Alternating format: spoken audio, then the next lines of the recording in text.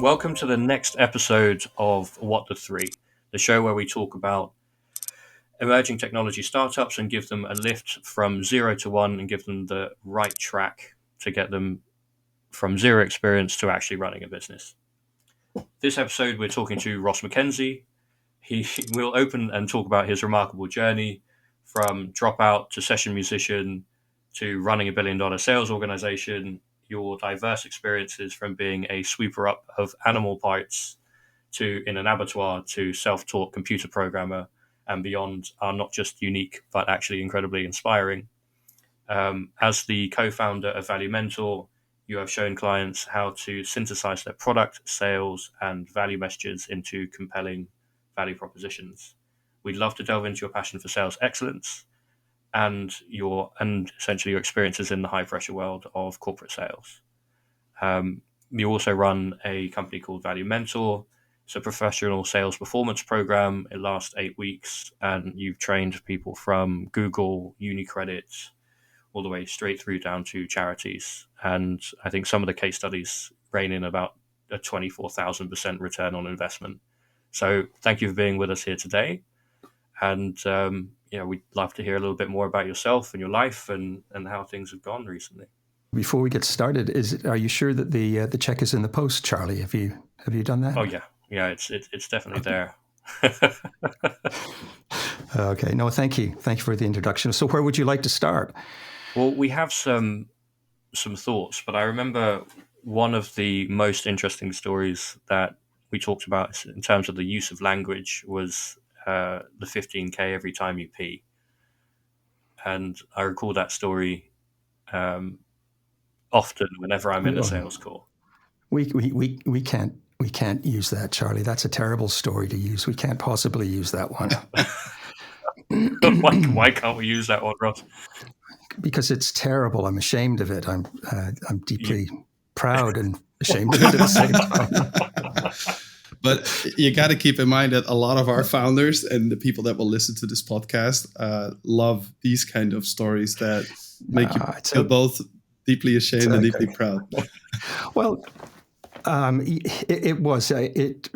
it's certainly for me, it's been a once in a lifetime. You know, I can't see another one like this happening again because it just sort of materialized out the universe. And what it was I was working with a company that had a really, really clever piece of software that sniffed out redundant network-based assets and was able to show the people that owned those assets either how much money they were making them or how much money it was costing them. And usually it was an issue of cost because they would have something out there that maybe had a duty cycle that was said that it should be used 20 hours a day and it was being used for 15 minutes and they spent £20,000 on it. I mean, that's a terrible investment.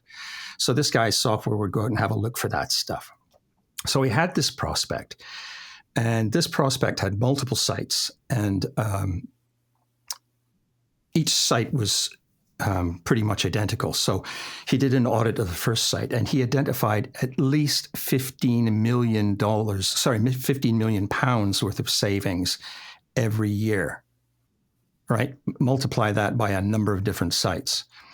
And so he was speaking to the top man, and the top man loved it. He thought it was absolutely fantastic, but he just said, not now, not now, not now, not now. And the guy obviously was quite perplexed, as you would be, because you're thinking, well, hang on, if there's 4 sites, that's $60 million a year I can save you for, a very, very small investment. Why wouldn't you do this?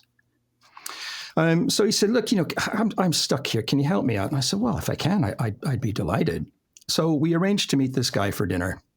And we got chatting away. And the crux of it was £15 million a year times 4 or whatever it was a drop in the ocean compared to the other problems that he had. He had far bigger, more pressing, more expensive problems.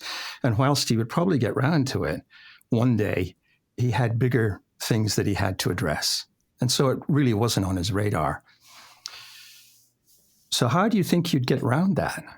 I don't know. I would probably ask him what the other problems were, see if there was an opportunity there, and then potentially work a larger solution with partners to address what his issues were.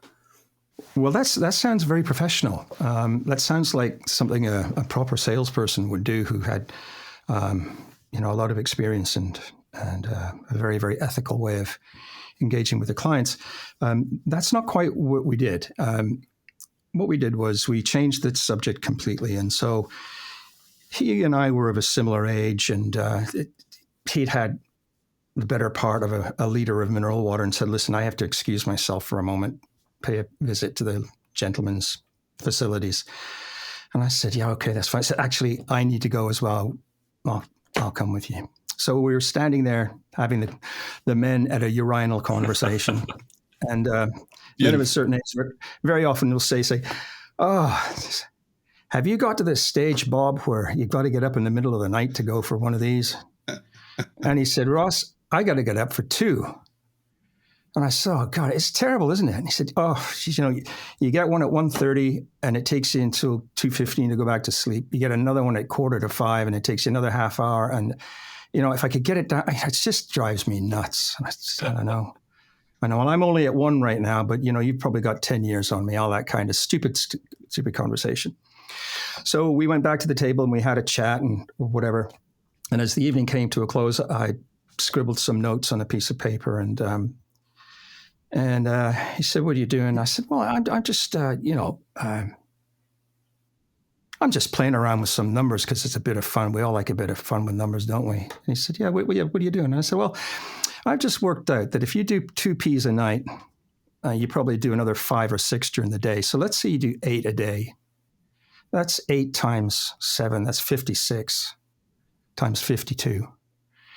If we divide all the money that you can save by implementing the solution and divide it by the number of pisses that you take, do you realize that it's costing you $15,000 every time you take a leak? And he laughed. He thought it was really funny. And I said, it is funny, but I said, I'm going to do something really nasty now. I'm going to remind you that when you get up tomorrow morning now, like 5 hours from now, at 1:30 in the morning, you're going to stand there. You're going to remember this conversation, and you're going to go, that's $15,000 down the drain.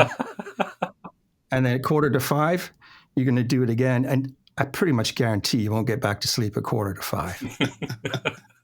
So he swore at me. We had a laugh, and it was fun. It was a silly, stupid conversation. Well, anyway, he said, thanks very much. And I really love the product. I think it's great. We'll get around to it one day.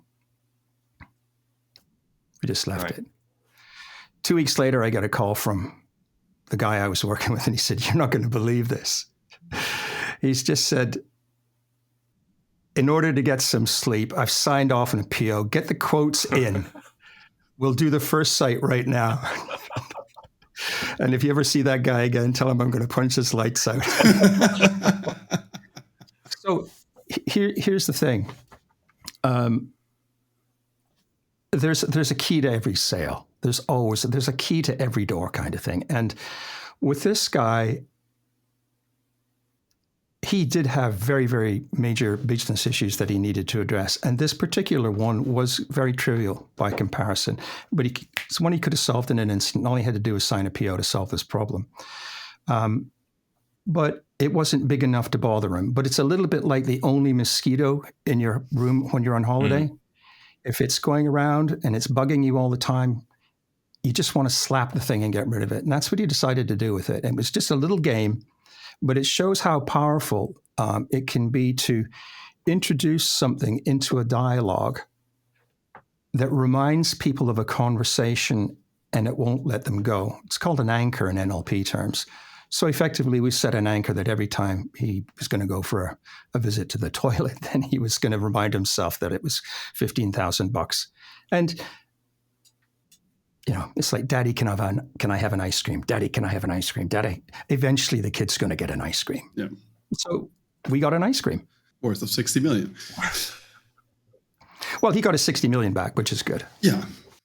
That's an absolutely amazing story. And I think I'm curious to hear, like, you sold it. What was there a follow-up after this? Was there more business done with this specific client afterwards?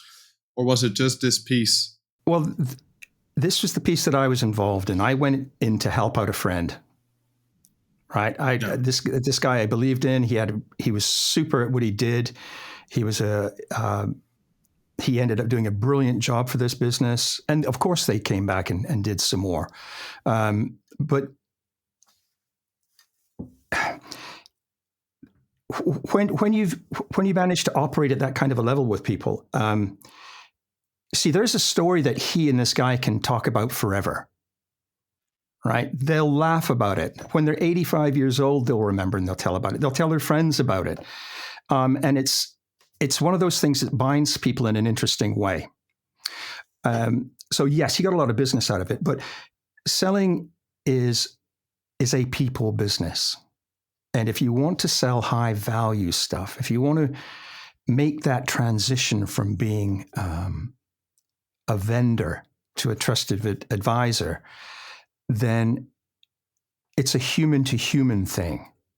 And if you know how to play that game, because it is a form of a game, and you know the principles upon which people work, then you'll be able to do it over and over and over again. And it's a wonderful skill to be able to learn. I fully agree on that. I have a large background in healthcare before I transitioned into project management in tech and tech in general.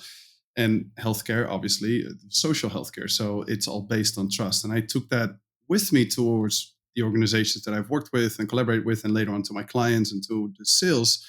And as you said, and I made that joke earlier, everything gets slowly more virtual, but it's the trust and the credit you build up in face-to-face conversations and the anchors that you kind of set in those conversations, in those meetings where people will remember you by, to a point where I can call up one of my previous colleagues in healthcare and we can still laugh about some of these things that happened that were very stressful, but in the end were very had a very positive outcome. And it's because it anchored. I think it was a milestone in our relationship, and on that piece you can build forward, because now there's also trust. There is something positive, and that's where the next step is. And sometimes there is no next step, but if there is that next step, there is always something to talk about. Oh, remember that time when, right? Oh, absolutely. If you're able to, if there's a natural conclusion to a relationship or an engagement, if you can leave with grace, the door will always be open. And people very often remember a graceful exit as much as they remember the dynamic and amazing entrance. So yeah, I think that sounds really, really good, Thomas. I like that.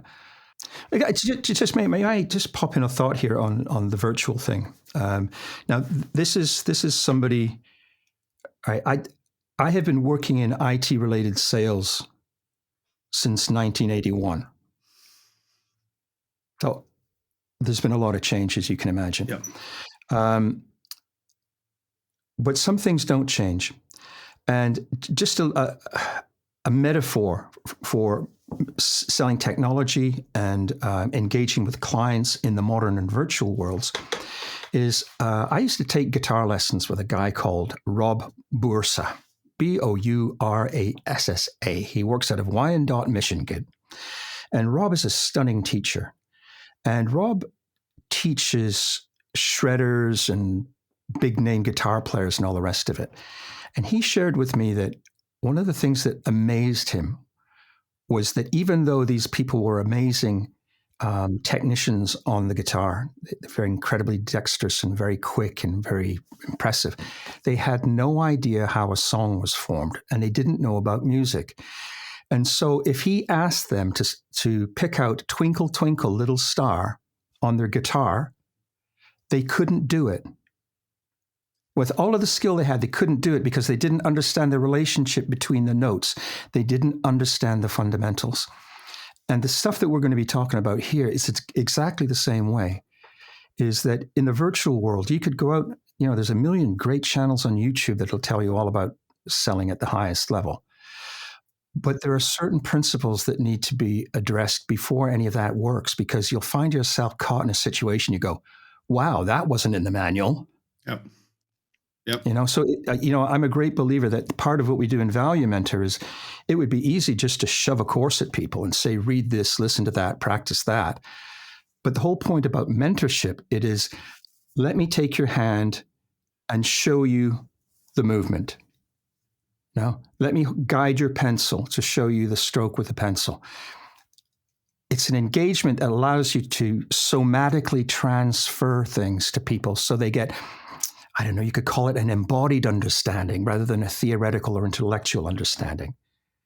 And another example of an embodied understanding is, once you know how to ride a bike, you know how to ride a bike. Yep. It's not, you don't know how to ride a bike intellectually. You know how to ride a bike somatically. Yep. And that's what I love to see in really good salespeople, is they're doing it from a place of deep understanding. Does that make sense? I would say that coming off, and I am not a sales person, although I think a lot of people would call me a salesperson. And that said, being in project management for a long time and business development, you always sell. No matter what you do, you always sell. And I'm very well aware of that. And I found that, as you said, that embodied understanding of why you do it and how you do it also allows you to become more creative and bring in narrative and storytelling within your sales, right? So it adds more. It's not, even if you have an understanding, it sometimes can still feel as a playbook, where I think when you're really good at something, and let's say this is selling, it feels as you are believing in it and you're passionate about it. And I truly believe that passion always sells, right? Like you have salespeople that just sell for commissions, and you have people that sell for also for commission, but you won't feel it because there is such a strong passion and storytelling behind it that you almost forget what they're selling, because it's such a deep, fulfilling conversation that you're like, yeah, I want to work with this person. I want to take his product. I want to understand why this person is so deeply passionate about what he is selling, right? And that's always what I find so interesting, because it always comes back to what you say, the embodiment, and then I think the story, the passion around it that allows you to become creative, and I think add storytelling to what you do.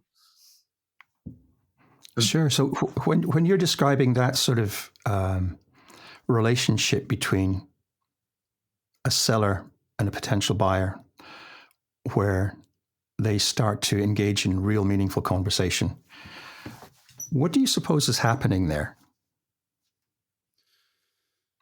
I would say a relationship is formed, right, or is forming, and it's a base of potential trust is established.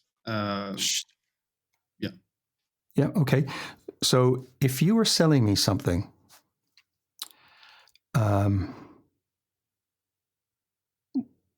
let's say we have our very first conversation and you've got something that I'm really interested in. I think it might be able to help me, but I'm not sure about it. What do you think the most powerful thing you can give me is in our first conversation? That's a very, very interesting question. And I would say, well, there's two things potentially. And I'm looking just at also the clients that I work with in our industry. Let's say you would be one of those clients. It would be the power of no. It's like, I don't think you are what you want to build or what you want to buy. We might not be the right people. Just I think the transparency and the honesty. But also an intricate understanding of what the client actually, why they actually need it, instead of, oh, you want to buy this product, I will sell you this product. I think it's the understanding of why they need the product is far more important than selling the product in and on itself. Is there anything that you'd add to that, Charlie? Well, I think exactly what you said. You need to give them an experience. So two things. One is, I believe as a salesperson, if you believe in the product, your natural mannerisms, the way you come across, your body language, the tonality of your voice, if you know that what you're selling is actually going to save them money or make them more, give them better health, or what are the three reasons people use technology, right? More money, better health, or more relationships, or something to that effect.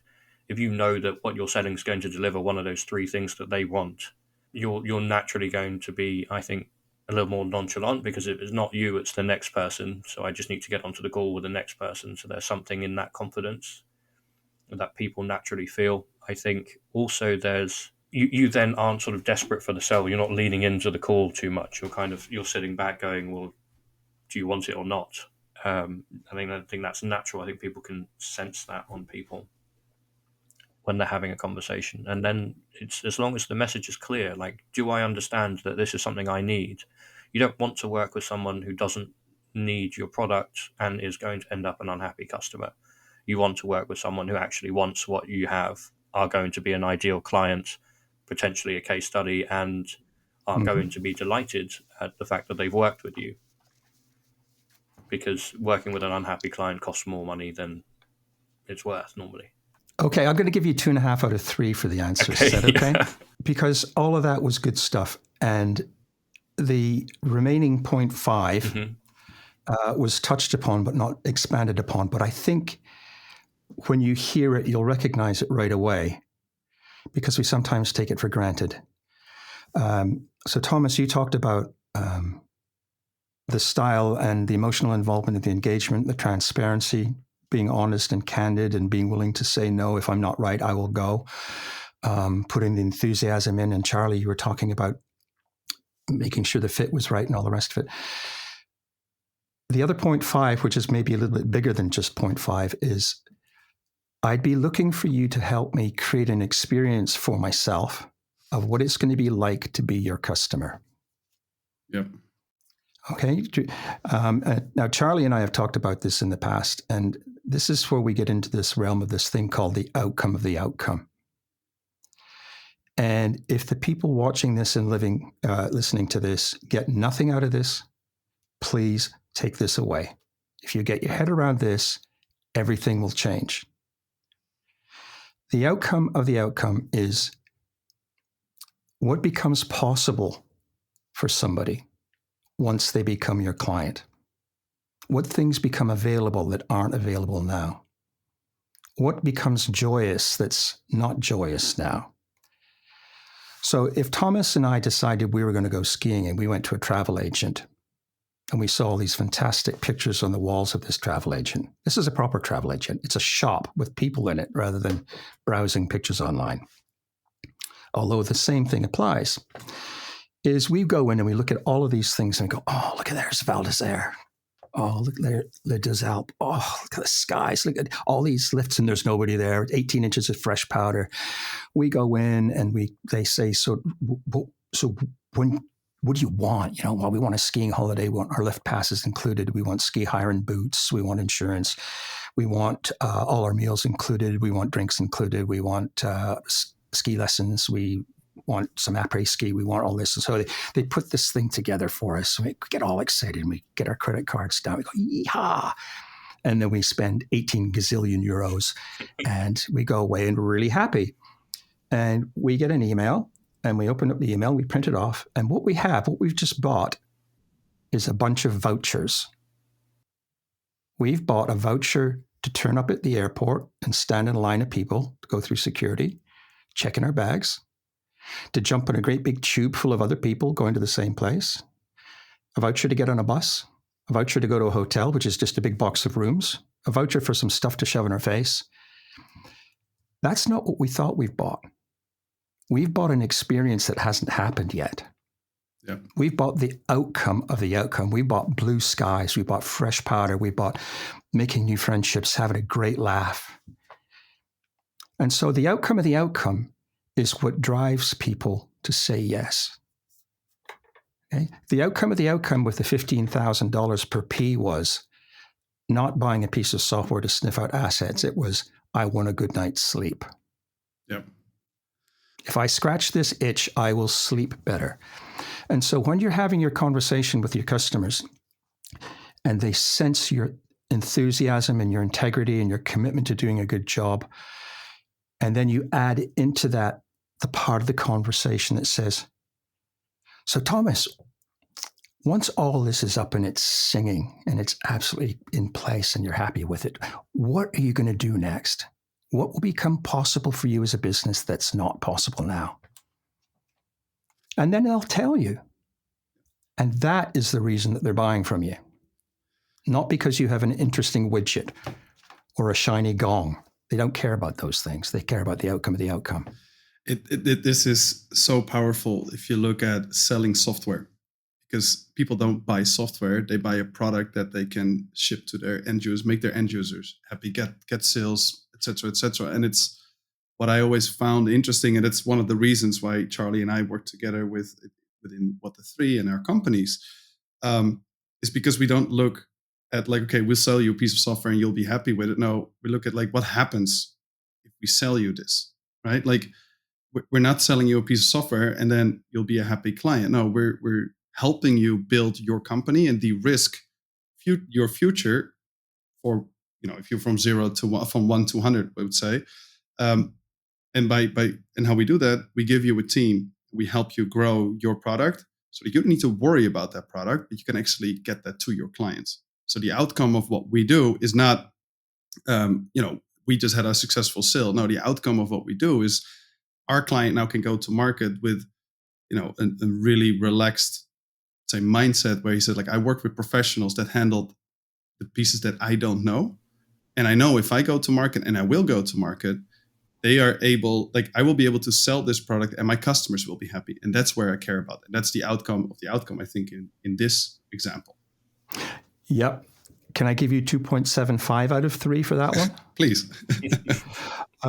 Because this is all really good, and you'll have to forgive me for being pedantic on this. I love this stuff deeply because it has rewarded me hugely over the years.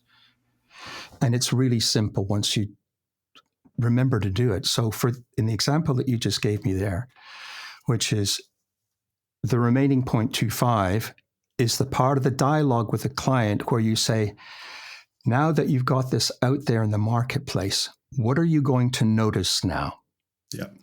And let's say we're going to reduce our sales engagement times, our lead times to order by 3 months.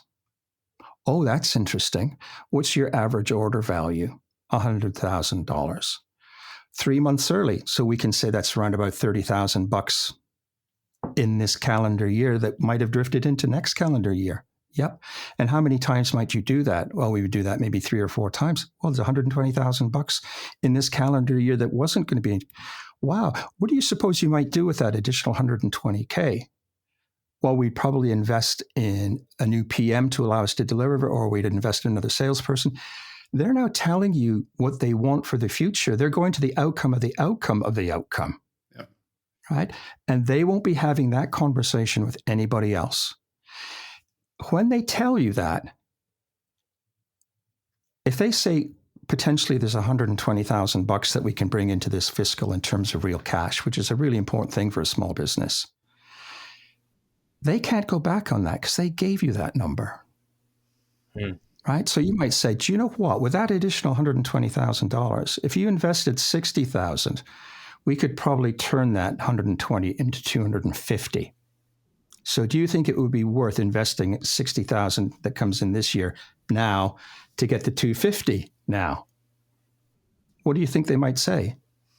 Let's go. And because it's their data and they've told you what the numbers are, you're not making this stuff up. You're just using their information and their data in a meaningful way that allows you to show them opportunities that exist for them in the form of an outcome of the outcome that they're not aware of yet. And what do you suppose that does to your reputation in their eyes? Yeah, that goes up. Yeah, 100%, 200% easily. And that's where your recommendations come from as a business, right? As a small business that sells.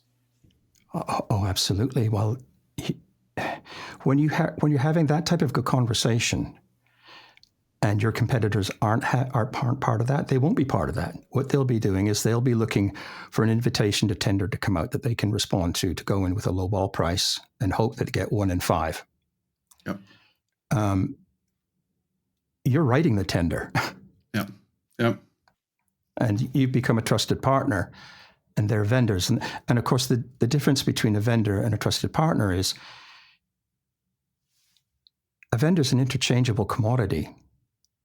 If vendor A isn't available, they'll just buy from vendor B. Whereas if you're engaging at the outcome level as a trusted advisor, if you ask the client, hey, what would you do if Thomas wasn't around right now? They go, oh God, no. They don't even want to think about that. You're not a vendor anymore. Yep. Yeah, you become a partner. It's so exciting. Yep. It transforms relationships. So I wanted to dip in here and have a look at sort of we've already kind of launched into it naturally, the 10 pieces of advice for startups, sort of the core component of the pod. We've looked at focus on outcomes. We're going to walk through power of storytelling and sales, detaching from biases, the wow factor in initial interactions, perceived value and competitive landscape, psychology of human behavior, and aligning value propositions and customer needs. I think we've nailed outcomes. Where would you say, and if you've got any anecdotes here as well, the power of storytelling and sales comes from when you're, and I think we just given a great example of it, but well, there's different kinds of stories you can tell. I mean, the story about 15K per P or outcome of the outcome going to a travel agent, that's one thing. But the real power in storytelling when you're working with clients in and out, day in and out, is being able to create an avatar of them and use them as the subject of a story. Right. So you may recall that I told you a story of a guy called Paul. And Paul had been promoted from sales manager to sales director of a big UK company. Yeah. And one of Paul's biggest challenges was that his old job wouldn't let go of him. All of his salespeople wanted to keep coming back to him and ask him advice for what they should do in this deal. And clients kept phoning him up about, can you help me with this and help me with that? And he just couldn't leave his past behind. And of course, that led to a number of problems. One was that he became visible at the senior level that appointed him, and they were beginning to ask questions as to whether he was actually cut out for a role of this size if he kept being dragged back to his old job, and he hadn't worked out how to stop that. So that was one problem. Second one, it was just exhausting him. And the third issue was, it just wasn't fair. He'd worked so hard to get there. And now it all was at risk because he wanted to do the right thing by everybody. So, what does he do? Well, as luck would have it, he met somebody who had been in a similar sort of situation. And he said, well, I did this. I found that this worked for me. I found that this didn't work for me. And, if here's the plan, this is what you do. And if you do these things, you'll probably notice that these things happen. But if you don't notice them, you'll probably notice that it goes the other way. So you kind of have to make a decision as to whether you're going to take some action or whether you're just going to wait and see what happens and die a slow death. Oh, yeah, right. Okay. So what happened to this guy? Well, he took the action. It was a bit tough, but he made the decision. He did the things that were recommended. And then what happened is he got rid of these people. What he did is he brought somebody in to look after the people that he was leaving behind and pointed them all at this person. And it freed him up. And he went off to do all these other things.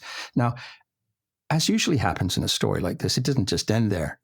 What happened was he so enjoyed his new role that his value in the marketplace went up, and he started getting headhunter offers all over the place, which increased his value to his existing firm and his potential value to other people. He was having a ball. He was making more money.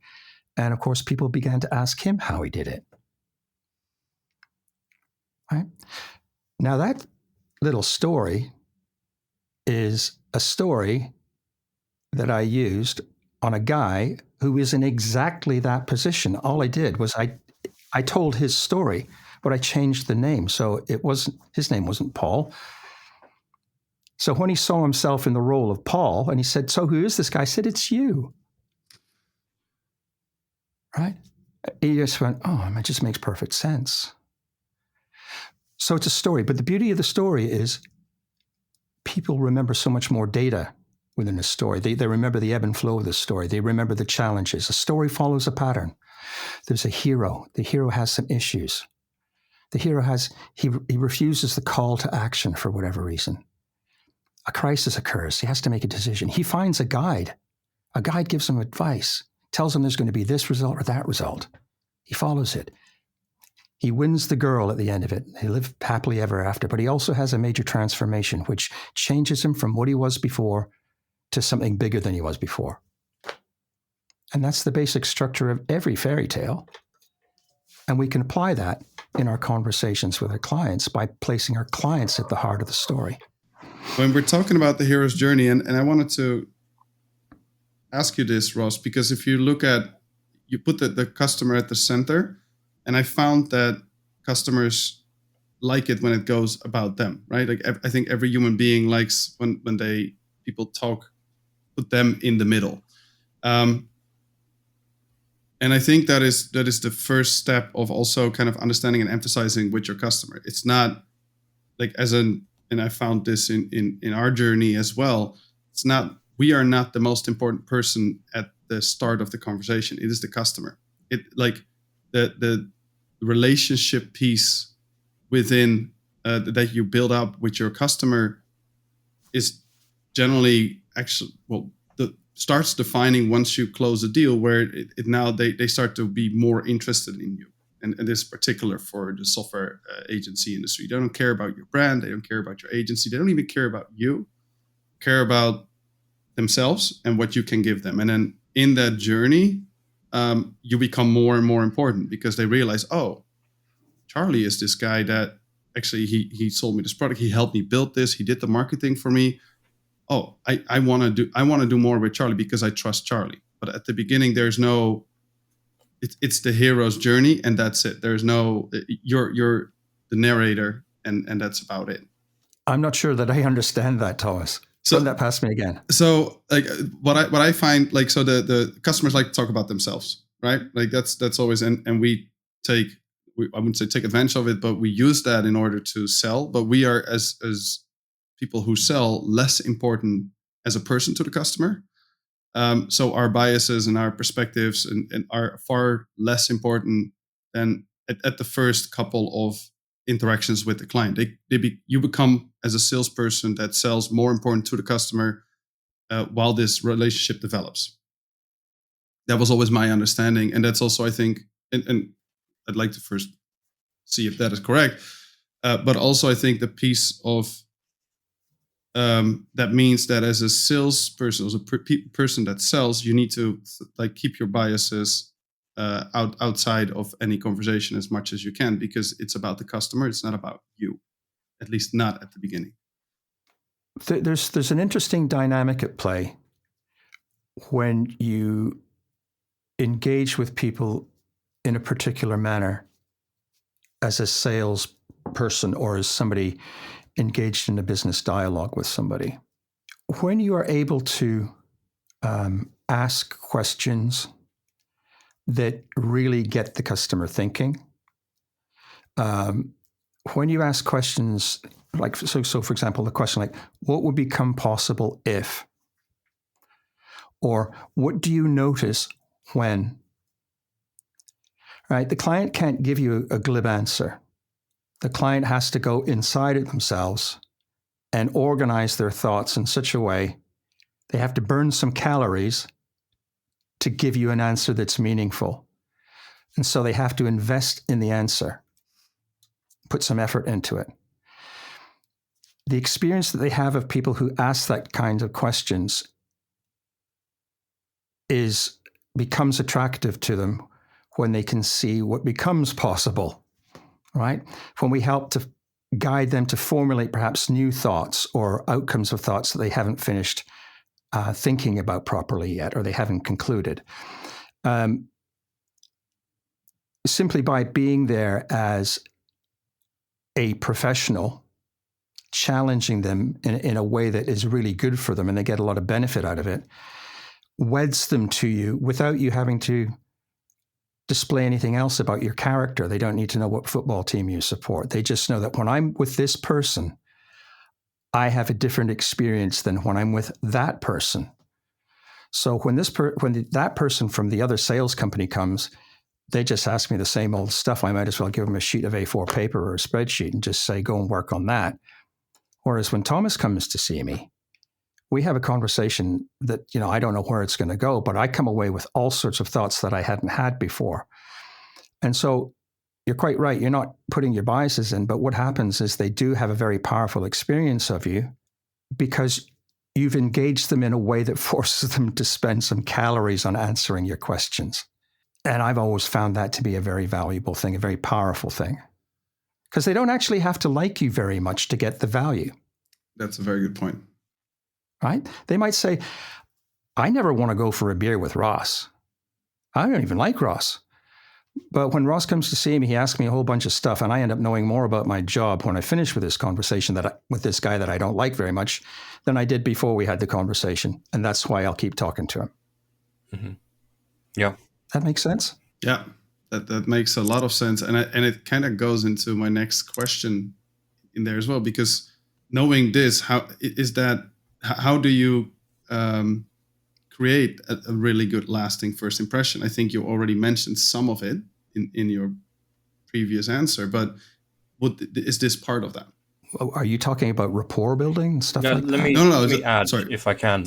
I think, please, coming from the perspective of 0 to 1, if we've got our nascent entrepreneur and they want to get in front of Mr. Big director of company to buy their particular product, how do you start that interaction in a way that leaves some impact? How do you get into the room? And then from there, you want to leave enough of a hook or lasting first impression that they want to have another conversation with you. Okay. That to me sounds like a different conversation than the one Thomas and I were having. Let me just go back to the Thomas thing, sure. If I can round that off, simply by saying it's really quite easy to start to create a favorable impression with somebody that you've just met without going through all sorts of ridiculous hoops and tricks and jumps and, trying to match and mirror their body language and all that other stuff. Don't do that. You simply have to show up. Now, show up is all in capital letters. So showing up for lots of people is they turn up in their flash car, in their nice suit with their gelled hair and their painted fingernails and stuff like that. And they make an impression. They show up in a physical sense that is, it's quite impressive, but that's not what the customer's interested in. What I mean by showing up is that you show up fully prepared to engage, to serve, to be there for your client's benefit, to give 100% of yourself. And if you have to make a few mistakes and apologize for things that you got wrong all the way through, it doesn't matter. People can tell a mile off somebody who's turned up with a sincere intention of serving and showing up.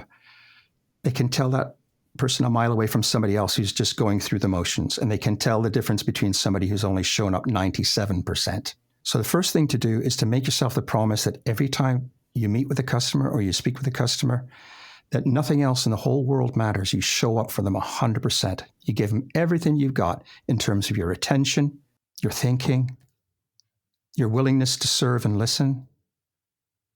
And you can make all the blunders in the world, but if people pick up that you're that person who's there to serve, they'll forgive every one of those little mistakes because they'll say, this person's here to help me. I like this. I like this. They can't help but like it. Because that's the way humans are wired up, pretty much. It makes a lot of sense.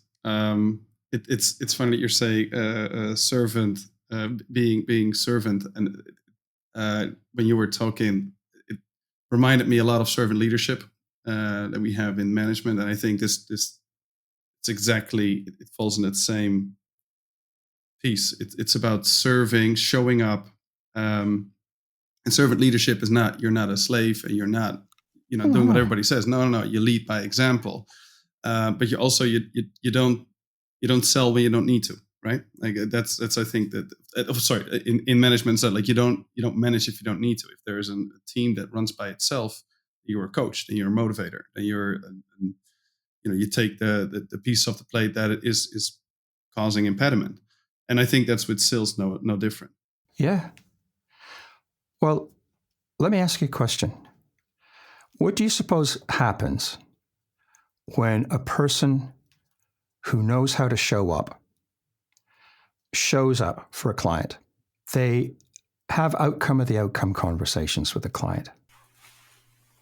And they are able to put the client into the middle of a story, which shows them the trajectory from where they are to where they might be. And the client has an experience of what that might be like for them. What do you think starts to happen for that particular salesperson? Well, they transition to trusted. You're no longer just buying a widget. Yeah, they start winning deals. The grail. Right? That they start winning business. And when you have outcome of the outcome conversations, which are based upon the numbers, the example that we talked about before, 150 turn into 250K, when you're using those numbers with that client, if you're able to have that conversation that says, wow, would you be willing to invest 60 to get 250 back within 12 months? Do you think they're going to argue about the 60K? Are they going to try to knock you down to 58? I don't think so. So you're not competing on price anymore. You're competing on value. You're competing on aspiration. You're competing on the experience that they want to have. So my suggestion would be that person that's capable of doing, they know how to show up. They know how they're wired up. They know how to talk about outcomes of the outcomes. They're there to serve. They're there to gather and collate the data that the customer gives them and turn it into meaningful outcomes. Turn that into a story that resonates with the customer. That person's not competing on price anymore. Mm-hmm. That person's competing on value. And the value has been articulated in the client's own words, so there's no argument. And how powerful is that? That's and I think that separates people that sell and people that love what they do. In that matter, they love to sell, and they, as you said, they show up for 100%. They engage, and because of that, they start winning deals. It's simple, but it's at the same time also very hard, because you're asking from all of your people that sell to always be at 100%, and that is the job. You can only give 100% of what you have available at the time. Fair. Okay, so let's say you're having a few difficulties at home, and the best that you can offer is 80%. If you give 100% of your 80%, people will understand that. Yeah. Nobody's asking you to be perfect. I would submit, Thomas, it's actually a less stressful and easier way of engaging with clients than trying to hoodwink them and come up with a smart line every time to get them to say yes when they really want to say no. Mm. Yep. Because cancellations are stressful. Debookings are stressful. I agree. When so to put it in context for our listeners, when we get the opportunity to be in front of someone that we actually want to sell to, and we know that what we've got can help them, put the numbers in front of them, make them the Neo of the hero's journey, detach from your own biases by showing up and empathizing with what the customer needs, and then by being there and being present, you deliver the wow factor, that they're going to sense that.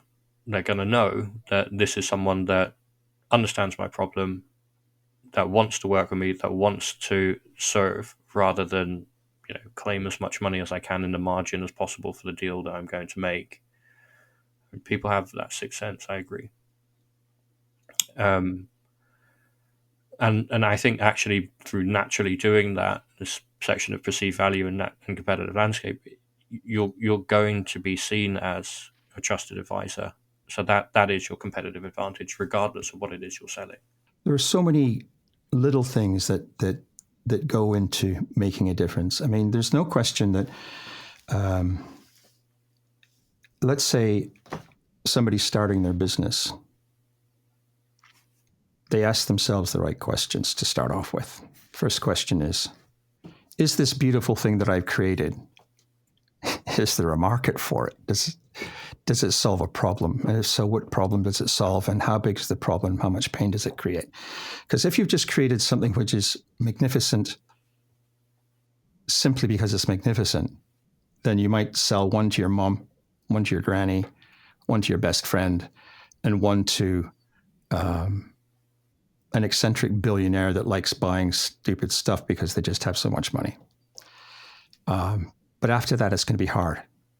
So first thing is there a market for what I want? How do I understand whatever this market? Go and ask. All right, got a new pen. Fantastic. Okay, why would I buy this pen instead of a different pen? I don't know. Oh, well, good luck with that then. Think about the problem that you're trying to solve.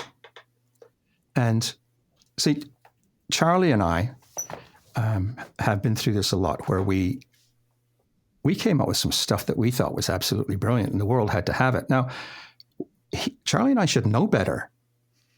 Hey, we've done this before.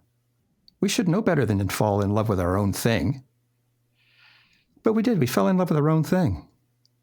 And we thought the world should fall in love with it too, but the world didn't. Mm. So we had to go back and go, hang on a second. We need to ask the world what it thinks it wants. So we did that. So we did some testing. So when we talked in terms of the Valuementor program, it's aimed at professional salespeople that really want to take themselves to the next level. I mean, basically, they want to join the 1%, right? And the 1% has got nothing to do with the size of the deals.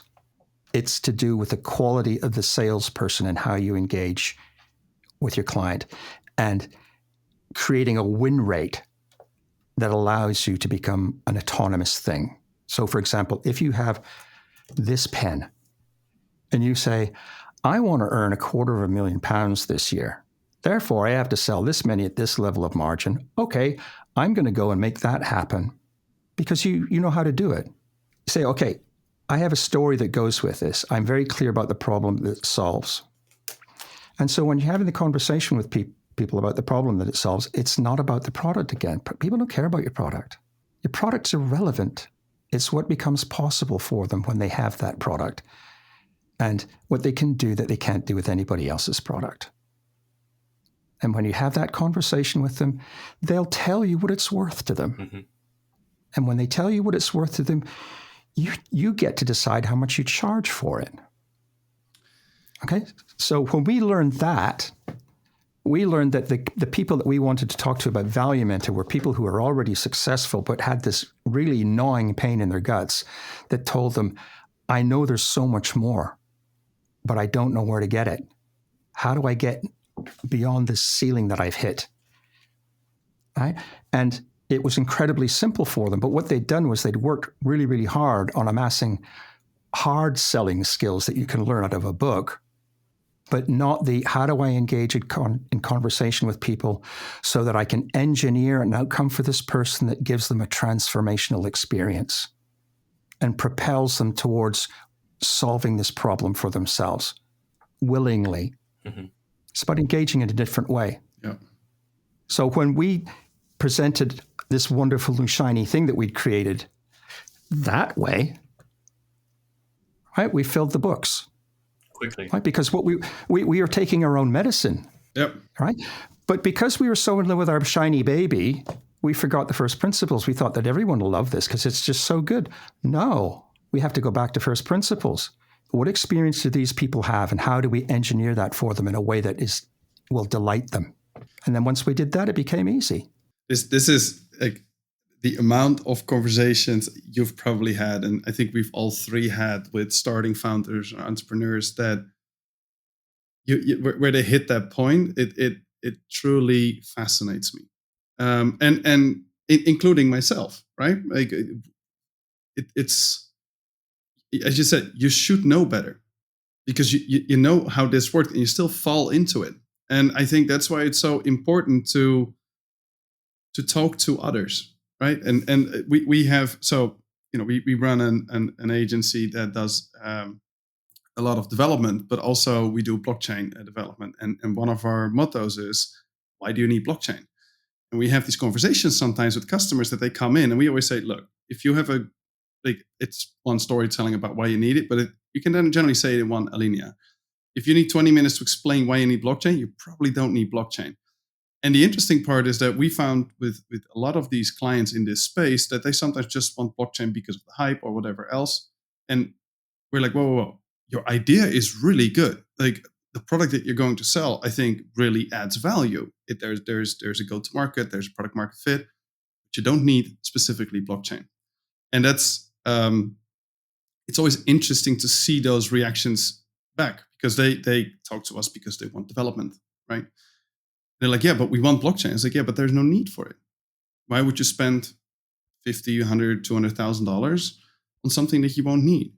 Yeah, because everybody else, like, and now there's a conversation going on, why not? And this is, we've seen outcomes coming out of this where people just walked away and said, like, no, we want blockchain, we're going to do it with somebody else. We're like, okay, that's fair, that's fine. Like, the power of saying no is on our side here. But also people that said, like, wait, but you said we can't do it without blockchain. But we can do it without blockchain. So that means we can do it. You think it's a good idea? Yes, we think it's a good idea. And it will cost you significantly less, because now we're taking out a substantial piece that is very customer unfriendly and dev unfriendly to build. Oh, okay, let's have this conversation and continue. And those were deals that were generally very easy to win. Just because of this, right? Like, we gave them the feedback, but we're also, in a transparent way, hey, your blockchain piece is not relevant, but the rest of your idea is. And obviously there's the other side of it where we say, your idea is not relevant. Like, it just doesn't, it won't fit in the technological space that we're currently in. You're free to build it, but we're not going to build it for you. But the interest of like, what do you say, that ping pong, the realization, and even with yourself, Charlie, myself, serial entrepreneurs, people always will fall into that gap, because you always will fall at least a little bit in love with what you do, or the idea or the product. You need to, yeah. You need to, yeah. We're human. Yeah. It's perfectly natural. We all get sucked into misunderstandings that we shouldn't get sucked into. We do it all the time. It's just a necessary part of being a human being. And as you say, quite rightly, Thomas, one of the most powerful things you can do is to talk to other people about it. And, that, if I may, it brings me on to something else which I've noticed a lot with people who have new ideas that they want to bring into the world. And that is, so what do you think you're selling? And then very often you'll get the answer that it says, let's use an example from the Valuementor program. There's a lady called Laura that runs a company called the Green Widget Company. And they make green widgets. I don't even know what a widget is. Doesn't matter what it is. Let's say it's a small green ball bearing. And they make green ball bearings. And she goes to a trade show and she meets this person that happens to be the CEO of a target customer of hers. And he goes, oh, Laura, the Green Widget Company, what do you do? See if this sounds familiar.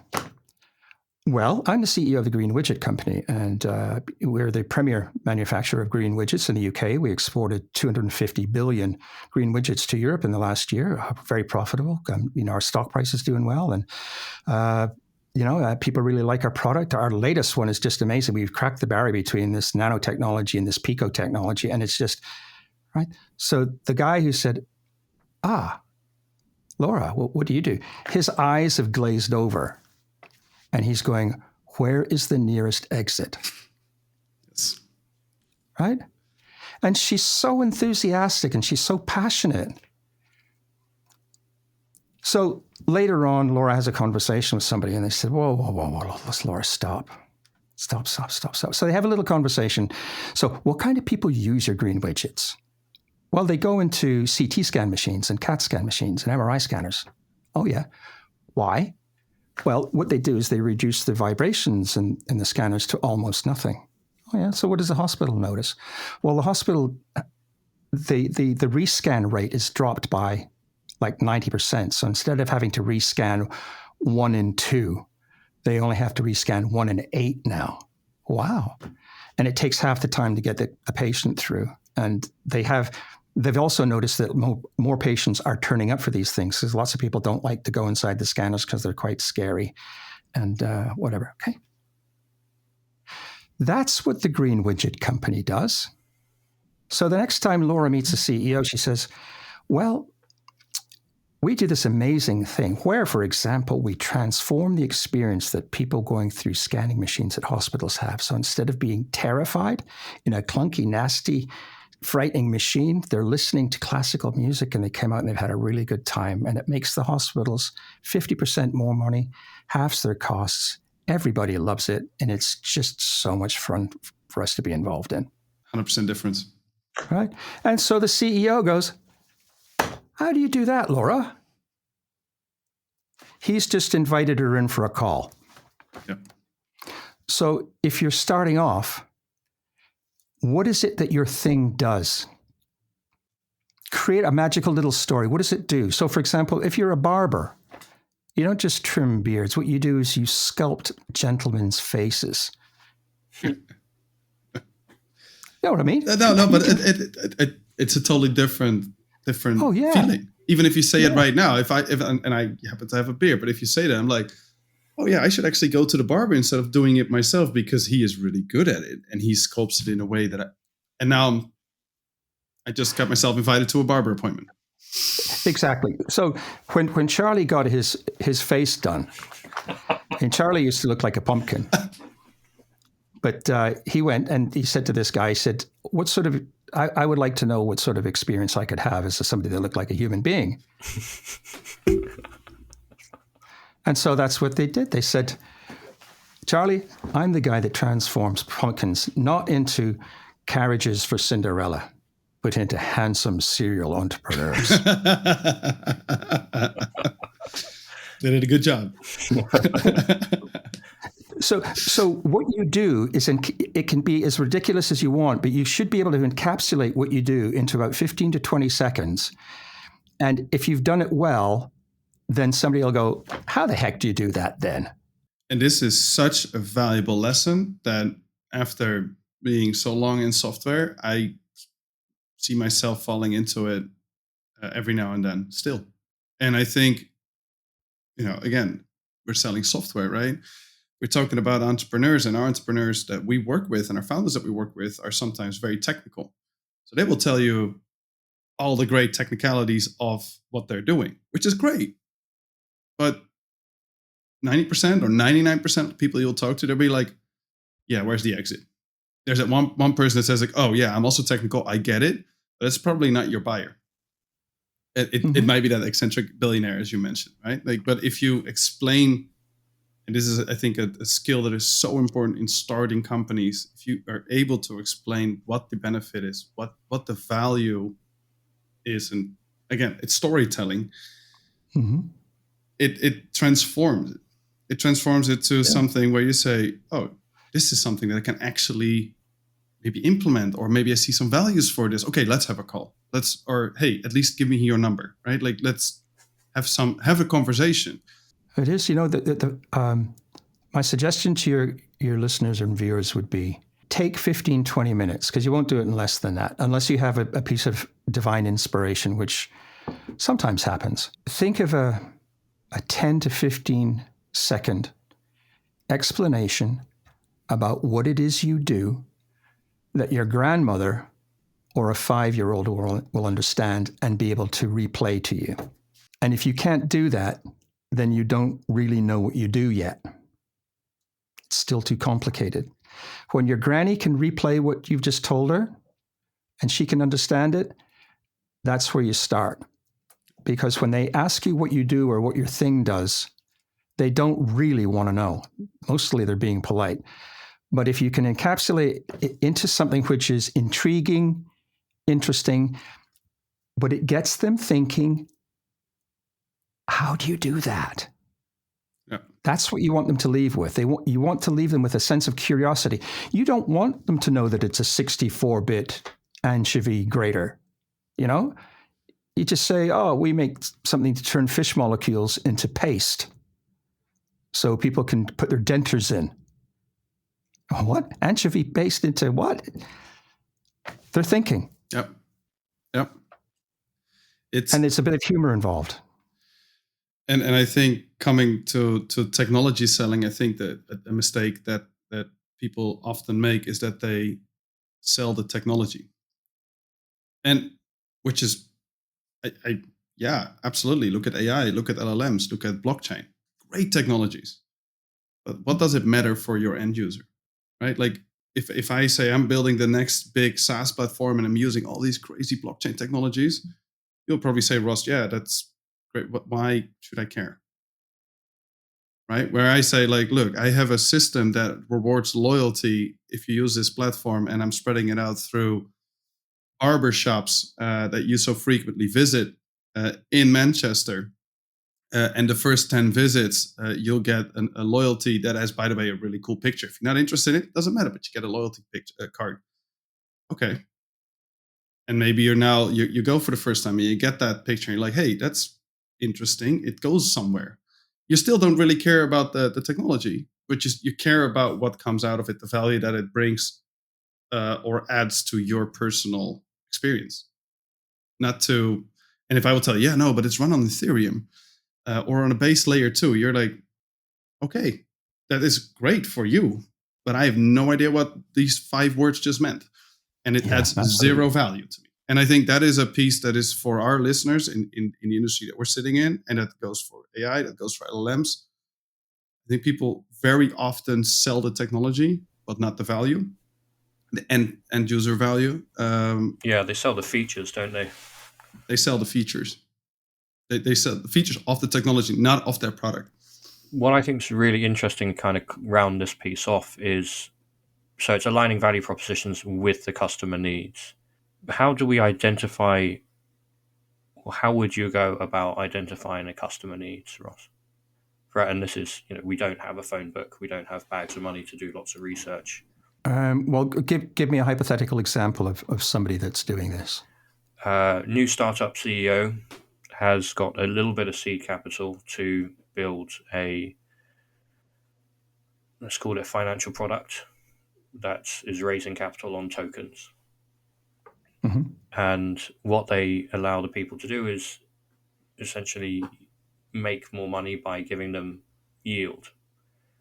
So they invest the vehicle then provides yield for the people that have supported the project through project finance and tokens. So what they're trying to do is to get a larger entity, or no, they're trying to sell that vehicle to the public, for example. Okay, but they've got somebody investing in them. A couple $100,000, enough for them to build it. Okay, so somebody has stumped up a couple of $100,000, so they believe in the idea. They think the idea has legs. Yep. Okay, so are these institutional people, or is that their mom and dad? Mom and dad. Okay, in which case it's different. If it was institutional people, then your first port of call would likely be those institutional investors and say, hey, your black book is bigger than my black book because my black book has nobody in it. Right? Yep. Let's talk about some names. If it's mom and dad, then if they're willing to stump up, then hopefully they've asked you the question, who do you think you're going to sell this to and who's going to buy it? Because if you haven't thought about that, then wow, you've got some problems. If what you've done is you've just gone, I've got this fantastic thing that's going to create some yield. Well, based on what intelligence? I mean, if it's just theoretical, then maybe before you spend too much more money, go and talk to a university professor about it or somebody. But go and bounce your idea off somebody else who's got no vested interest in ripping your idea off, but would be able to give you some input. If it passes that test, and it is, if this thing was in the world, then these are the types of people that would be interested in it, and this is what they would do with it, and this is how their lives would change or their circumstances would change as a result of it being successful for them. Well, then you start building an avatar about, okay, where are these people? What do they look like? It's forensic. Mm-hmm. You and I have done it. You have to go and start digging up this stuff. Where do these people live? What do they look like? What are their interests? How much money do they make? How much disposable income do they need to have as an individual to buy this from me? If it's people of £100,000 per year and more, how much do I need to charge these people in order to get them the return they need, but I need to get a return? So you need to have thought all that through. Once you've thought all that through, then it's, okay, where will I find these people? I'll find them on LinkedIn. Okay, so start building a campaign.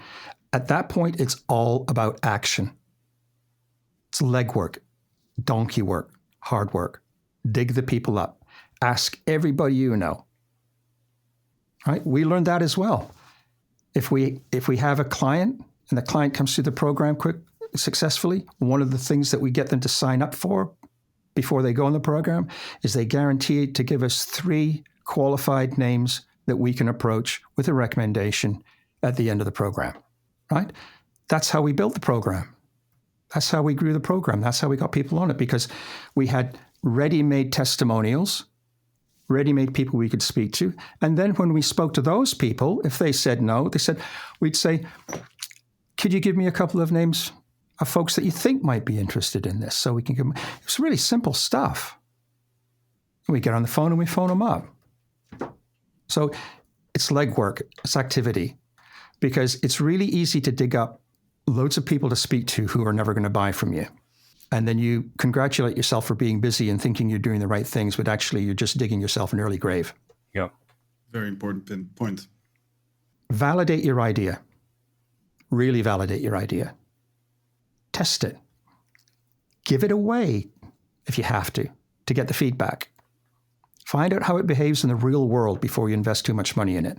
Right? Go and get a couple of captive clients who are quite willing to take a risk with you so that if it goes tits up, it's not going to cost anybody's life. Learn from it. Reiterate. It's not rocket science. It's just in the beginning, it's hard. That's why so few people do it. I go, hang on, this guy's got 1 billion followers on YouTube and he doesn't say very much. It can't be that hard. Well, probably a lot harder than you think it is. You know, we're now starting to see the YouTube burnout generation. They're just saying, I can't do this anymore. I thought I did this to have a lifestyle change, and it took over my life. I'm having to work 80 hours a week just to keep up with the algorithm, and all the fun's gone out of it. You know, it's hard work to get it done. But the good news is so few people are prepared to put in the legwork that if you are a new entrant into a market that you've helped create and you do put the legwork into it, you're almost guaranteed success if you follow the other principles that we've been talking about. So I don't have a magical answer for you. It's grunt work. I still think that's a pretty magical answer, because I think that not everybody wants to hear that. And I think that the point of what you just said, you can be very busy with nothing. Yeah. People that never will buy from you and then still congratulate yourself. Yeah, but I'm very busy. We used to call them lifestyle people. They want to have a company, sort of just can say they have a company. Oh yeah, no, we have a company. Oh, we don't do like our sales doesn't go well. Yeah, because your lifestyle. It is, as you said, like it is hard work. You got to do it. You got to put the hours in. You got to put the groundwork in. And then there can be a light at the tunnel. And then also, even if you put the groundwork in, there's no guarantee that your target customer will say, wow, that is a great idea. They can equally say, no, that's a terrible idea. But then at least you get the validation. And at least you understand what not to do and what to do next. Should I refine the idea? Should I just throw it out of the window and do something else? Those are all valuable insights. And it's good to get those very early on. Yeah. Well, absolutely. There's just one more to stick in there, and that is the idea that inertia is your friend. Once you get used to doing this, and once you get a head of steam up, it's far easier to keep going than it is to stop and start. So once you get on the blower and making the calls, if your appointment book's full, don't stop making the calls. Just go into the next month, and the next month, and the next month. Keep making the calls. It's like training. You start running, and you go away on holiday and say, "Okay, I'll run again when I get home." Good chance you won't. That's true. I've been guilty of that many times. And what I found here though is that it is the like restarting is the hardest. But if you restart after and your previous campaign or your previous calls or your previous training went very well, I found that the validation of doing it, restarting it, yes, it's really hard, but after that first call, after that first training, after whatever you do, you're like, I'm proud of myself because I did it. And now the rest of those calls don't seem that scary anymore, or that they're not a barrier. Like, all right, I'm doing it anyway. It gets you back into the rhythm. But again, it's effort. So we were talking about financial incentives and ROI. How do we demonstrate the financial benefits of a product or service within a sales call? That piece, right? Like how we actually do the piece we were talking about right at the beginning. Simple questioning, really. A traditional salesperson would probably go the route of what sort of budget have you allocated towards this project? What is your anticipated return? When you invest in projects such as this, how quickly do you want them to pay for themselves? There's that way, which is perfectly valid. The other way, which might be more linked to outcome types of conversations, would be,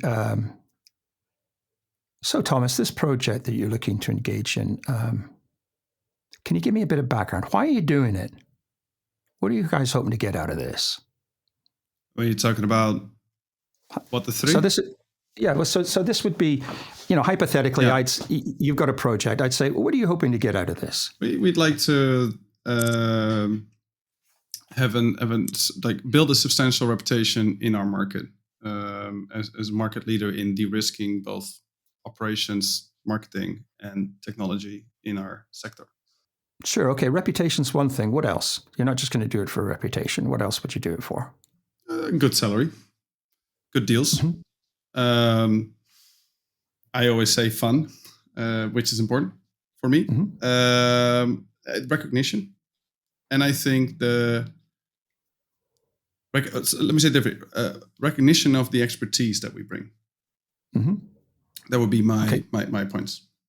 Okay, so how would you quantify those? I mean, how would you know that you're doing a good job in achieving those things? I would see there's two ways of how I would quantify that. One is recommendations of existing clients or older clients. And that's the reputation piece I was mentioning, people reaching out because they heard of you one way or another, either by myself or by Charlie, or one of our tech teams did or operations teams did blog posts, and a trust factor, because we've been in the market long enough and we have enough case studies to support that we are good at what we're doing. Sure. What justification are you using internally for this project? What metrics had to be satisfied in order to get the sign-off for it? The metrics are leads. How many leads we can get through this project. So there is no hard KPI on this because it's the first time we're doing this, but we would look at 10 leads, let's say. 10 leads. 10 leads. And of those 10 leads, how many leads of those 10, assuming they're qualified leads, how many of those would you expect to close? I'd say two, at about between 100 and 175. Okay, so let's keep it 100. So that's potentially $200,000 worth of additional revenue. Correct. Okay. We now have a piece of information we can work with. All the other stuff was fluff. Yeah. Yeah. Okay, I can't work with fluff. So I'm going, okay, so 200K. Okay, out of that 200K, how much of that is going to be margin back into the business? What's your gross margin on that? Let's say it's 20%. 20%. Okay, so 40K. Yeah. How much do these leads cost you? How much is this project going to cost? Talk to me about that for a bit. Let's say 30K. Okay. See, now I'm beginning to get a profile about what you're going to have to invest and all the rest of it. So what we're now talking about is you talking about investing around about 30K to get 40K back. Yeah. Right. And, a question I might ask is that a big enough return for a 30K investment? That would be a very good follow-up question. I would answer that, say yes, because we're a starting company. We expect that if we do this again, that ROI goes up by X5 in the right market circumstances. Sure, in the right circumstances. So, I mean, how would you engineer that? Because you would need to re-engineer either in terms of getting better, or what do you think you would learn that would allow you to do that 5X thing?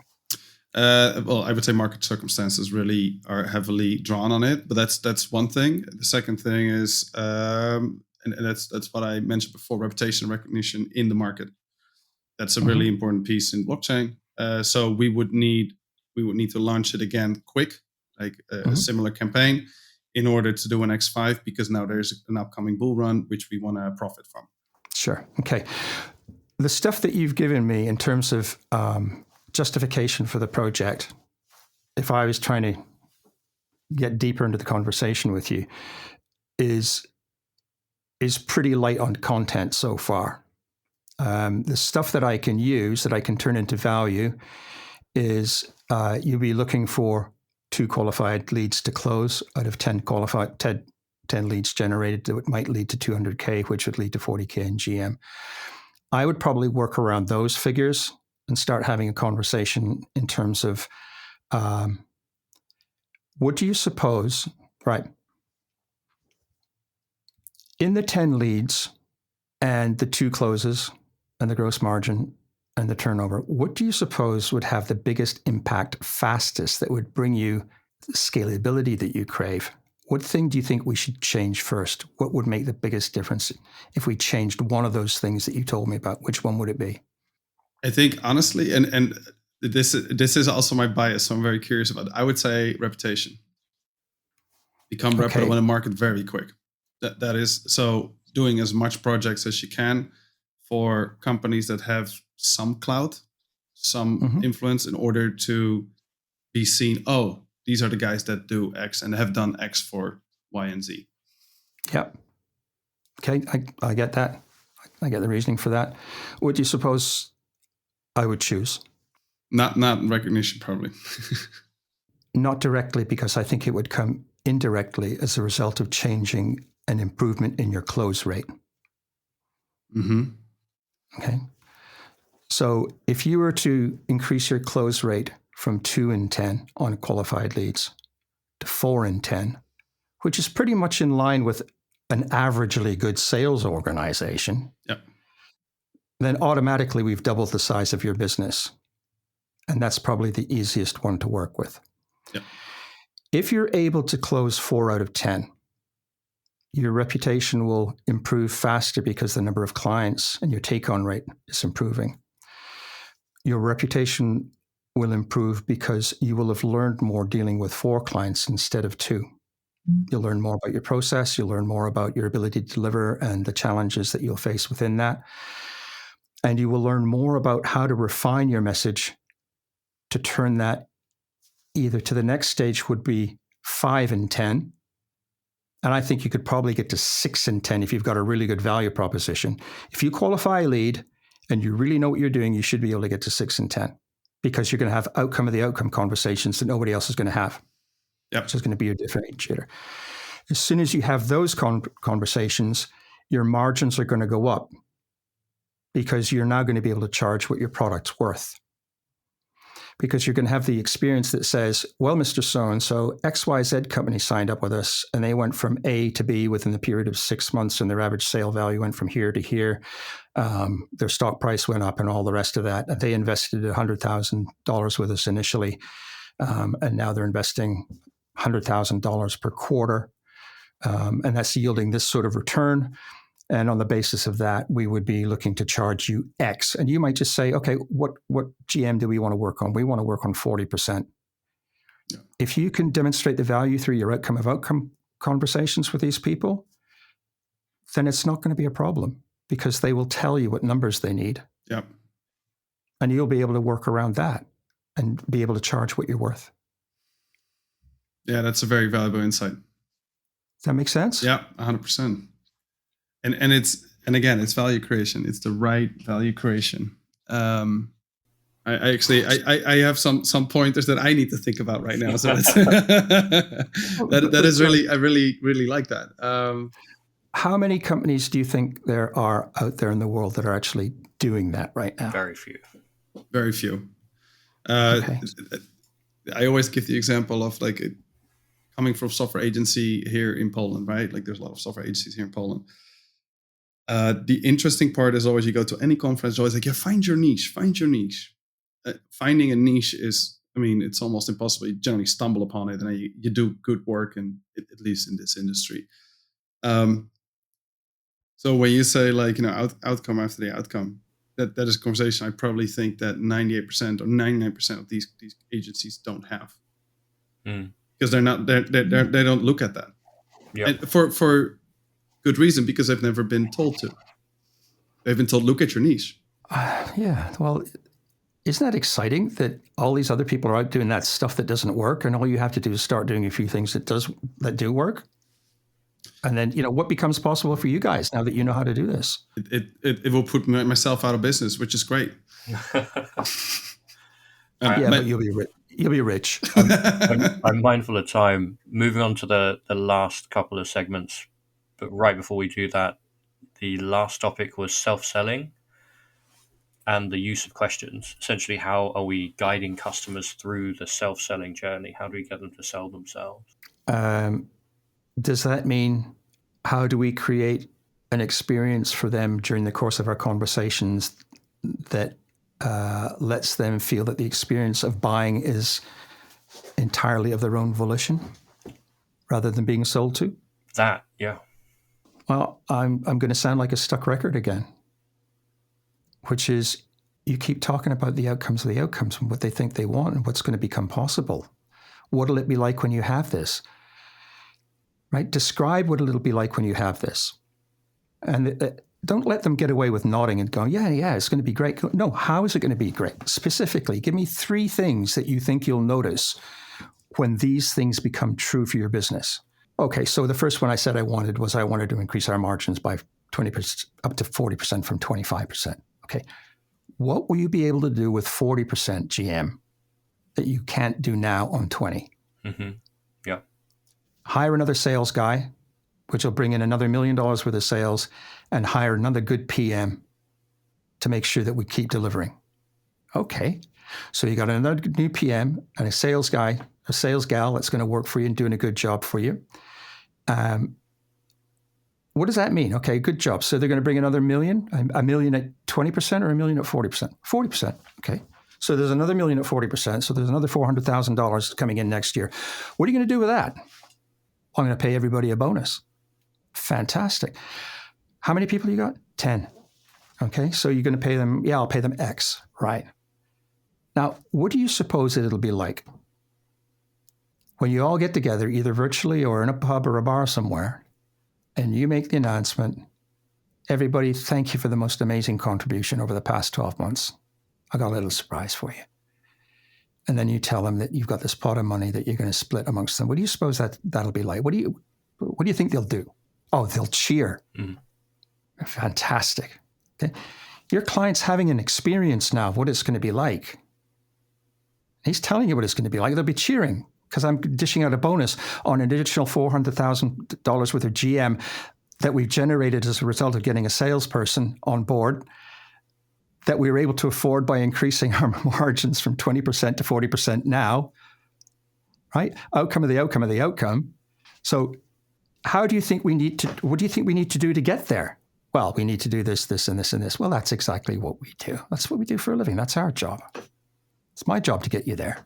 As a bumper in that, so as a bonus potentially for the readers, there are 2 questions that I get hit with most often when we're having that sales conversation. I'm sure Thomas has the same, which is the first one is I've got to take this away and think about it and ask my team. How do you, if they're already at that place where they're saying, okay, I really want to buy this thing, what do they say? What do you say to get them present to that? The glib answer is if you get, I've got to take this away and discuss it with my partner, was that you didn't qualify the call hard enough before you went into it. And we all do that.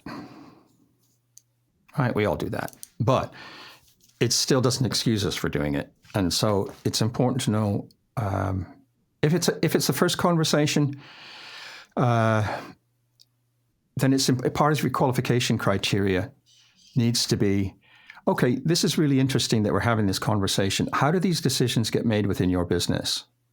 Who has to be involved? Who signs it off? Can you make the decision unilaterally and spend the money, or do you have to jump through hoops? What do you have to do? Right? Find that out so you can accommodate it. If you're able to accommodate it, when you get to the stage of having been in a position to create or get the customer to create this amazing value for themselves, that they say they have to take it away and think about it, I think my response to that would be something along the lines of, you've actually been doing a lot of thinking about this because the entire case that you have built has come from you answering your own questions.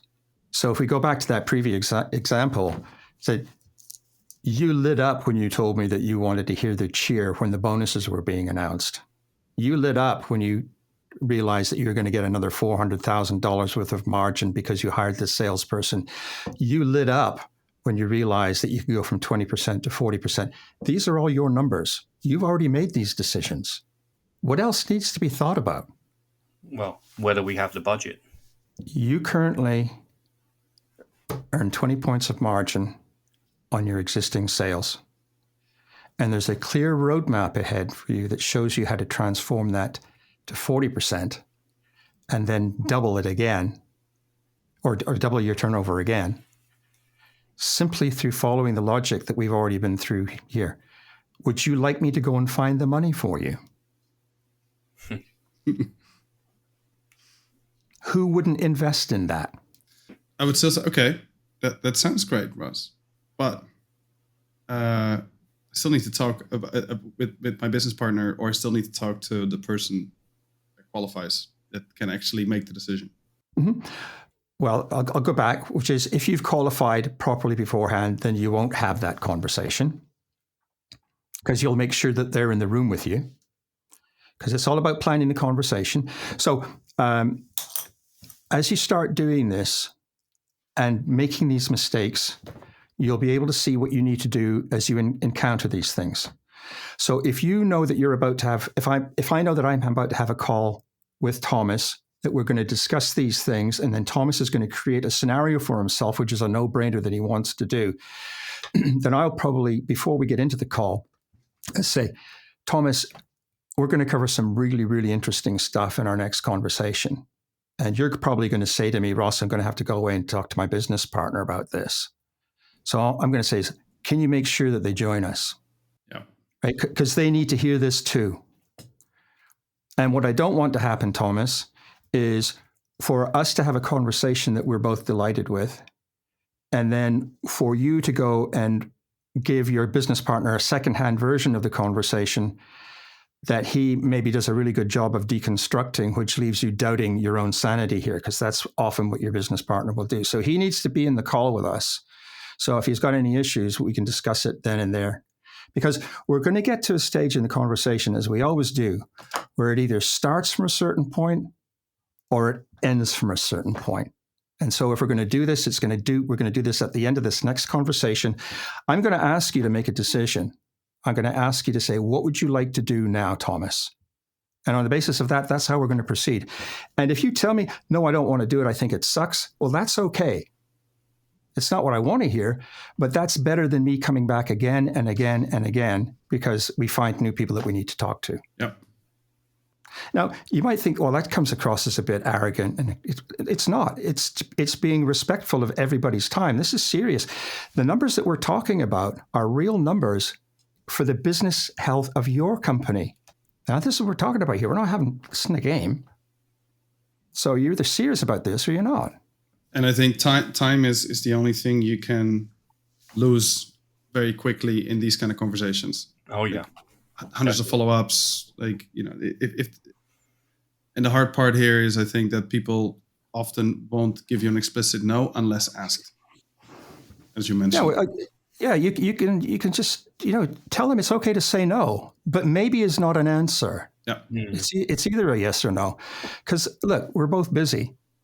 If it's a no, that's good. You can get back to your day job, and so can I. Because that was the other question. Was you'll have a good. I mean, some of the stuff that Thomas and I sell is a longer sales cycle. So you'll have a good introduction call. You'll walk through the meat of it. I mean, how many calls is too many? How many calls is enough? And eventually they'll be like, okay, I'm going to put you in, you'll speak to the big boss and say, that's brilliant. I'll put you in touch with the head of department for X. And that individual might not come through. Yeah, now that is going to be the biggest challenge that most people face. And that's why it's really important to get your campaign plan ironed out right at the very beginning. So let's say Thomas has to go to the CEO really early on. When I say, Thomas, so when your business is making a decision around these things, can you explain your role in it? And then once you've completed what you do, what happens next? And then Thomas might say, well, I've got to take it through head of operations, and then jointly we'll take it to the CEO for sign off. right? Warning sign number one. Okay, does the CEO even know that you're talking about this? Right? Because he's not going to sign on anything just because somebody drops a piece of paper in front of him. He needs to be absolutely convinced of the benefits. And so if you can, what you should do is say, well, that's good. No, thank you for that. Now, as part of our engagement, what I'd like to do is I'd like to arrange a series of agreed, documented calendar, fixed up calls. I'd like to meet your chief of operations, and I'd like 15 minutes with your CEO, because I'd be very, very keen to understand what he thinks he's going to get out of this. And it's important for me to hear that, so that anything that I get back to you is within the framework of what his expectation is, because the last thing that we want is for you and I to go off on a tangent somewhere, come up with something magnificent, but he's looking for something in purple and we've come back with something in green. And that gives him an excuse to say no. So I'm not trying to jump over your head here, but it's important that we have all our ducks lined up so that we can move this through as quickly and efficiently as possible. And that includes qualifying out if we're not the right people for you. Right? So it's really important to make sure that you know who's going to be involved in the decision-making process. Now, if they say he won't see you or she won't see you, well, you can accept that, and take a great big risk, or you can kind of go around it a little bit. Perhaps you might send them an email. It says, "Dear Mr. or Mrs. So-and-so, I'm currently working with your team on this project, blah, blah, blah, blah, blah." And they've described how you acquire stuff. Normally what we like to do is create an executive sponsor relationship between our CEO and the CEO of our clients.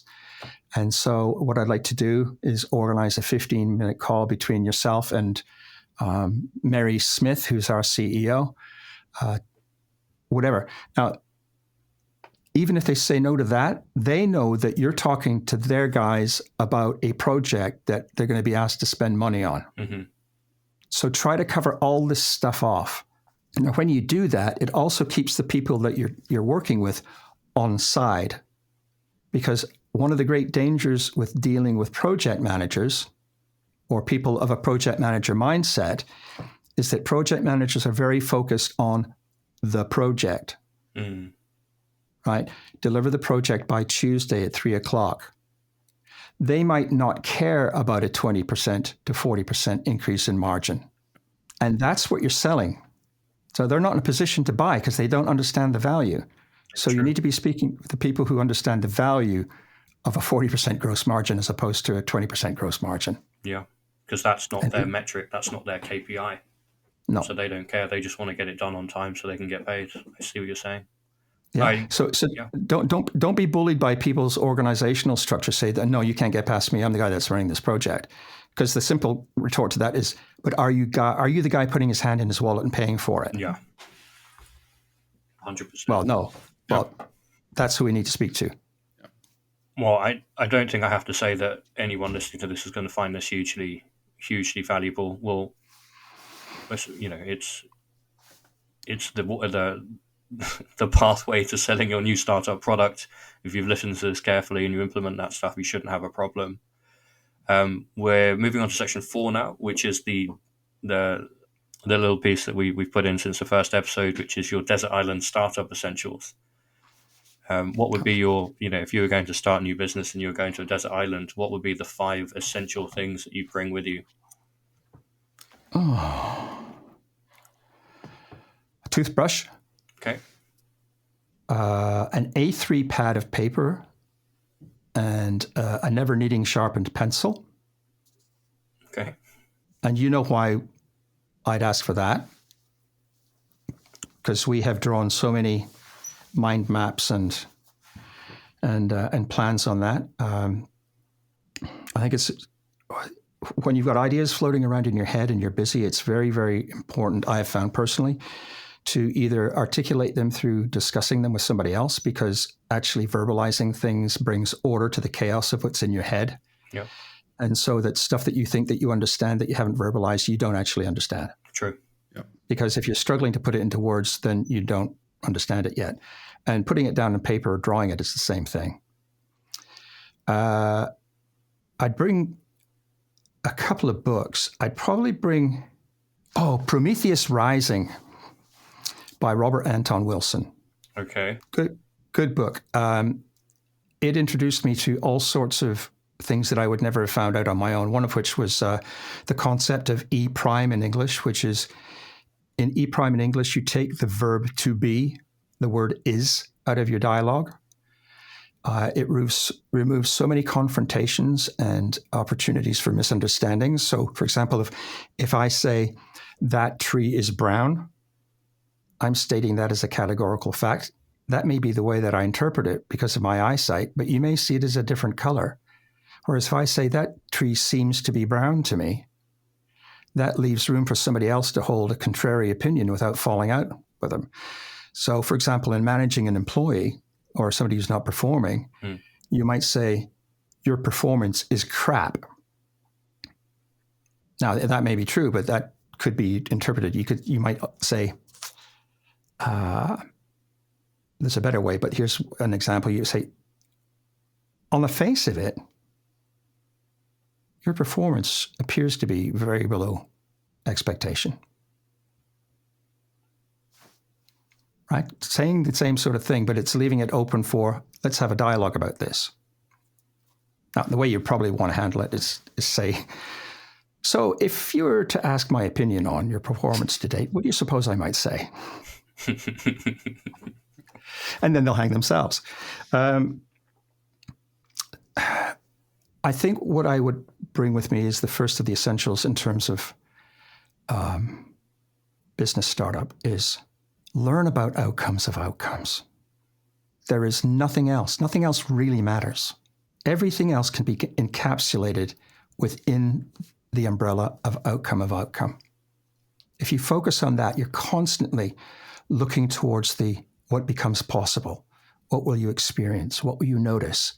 And their answers provide value that you can turn into numerical value, which turns into an irrevocable business case. So I wish I'd learned that in 1981. Mm-hmm. We wouldn't be having this conversation now if that had happened. And the last one is there's two. They're not linked, but I'll join them for convenience. One is understand whether you're a professional hobbyist or whether you really are an entrepreneur, because they're very, very different things. They do different things. One's not better than the other. But if you are in fact a professional hobbyist, but you think you're an entrepreneur, you're going to make your life very, very difficult for yourself. I know, because I'm a professional hobbyist. And what you do is you work with entrepreneurs, right? And there's nothing matter about it. That's how Hewlett-Packard was formed. Dave Packard and Bill Hewlett. Bill Hewlett was a technical genius. Bill Hewlett built amazing things, but he was a professional hobbyist. He just loved the tech. He was so in love with his tech. Dave Packard was the entrepreneur. He was able to take Bill Hewlett's tech and have outcome conversations with people at Disney that got them the start that they needed, that turned them into a really fantastic company for a while until they became too big. But it's important to know, it's good for your own sanity, right? There's nothing the matter with being a professional hobbyist. Your passion will come across to your clients. Just make sure that you have somebody to bounce your ideas off, to make sure that when you have your business conversations, you're not talking about bits and bytes and nanoseconds and picoseconds. You're talking about outcomes of outcomes. And the other one is show up. Capital letters? Capital letters. If you show up and talk out the outcomes, you'll be successful. Guaranteed. Oh, I agree. So, to wrap up, I think there's far too many points. So it says here for me to summarize the key insights, and I don't think I'm capable of doing that, to be honest. I'd argue that outcome of outcomes. Outcome of outcome, storytelling, detachment biases, initial interactions, psychology of human behavior, value propositions and customers' needs, financial incentives and ROI, self-selling, use of questions, and then the the 5 essentials. Prometheus Rising, I didn't expect. Have you read it? I haven't read it, no. I'll put it on the list. But yeah, I think, Ross, I can't thank you enough for taking the time to give our listeners and viewers invaluable contributions. And I think that concludes episode 2, Navigating the Sales Landscape with Ross Mackenzie. Any sign off, Ross? Is the check going to bounce, Charlie? No, the check won't bounce, Ross. Oh, it's been a great pleasure. Thank you very much. I hope your ears aren't bleeding. Well, you know how excited I get about this stuff. I've been doing this all of my working life, and it's still as exciting to me today as it was when I first started. But the one last little thought, and that is, if you want to do this, it's meant to be hard to begin with, right? Because you're learning something of incredible value. You're not going to find it on YouTube. You're not going to get it on a course. You'll get it through coaching, through mentoring, or through digging it out the dirt like I did. But it's worth it. It's worth it. It transforms the way that you engage with your clients.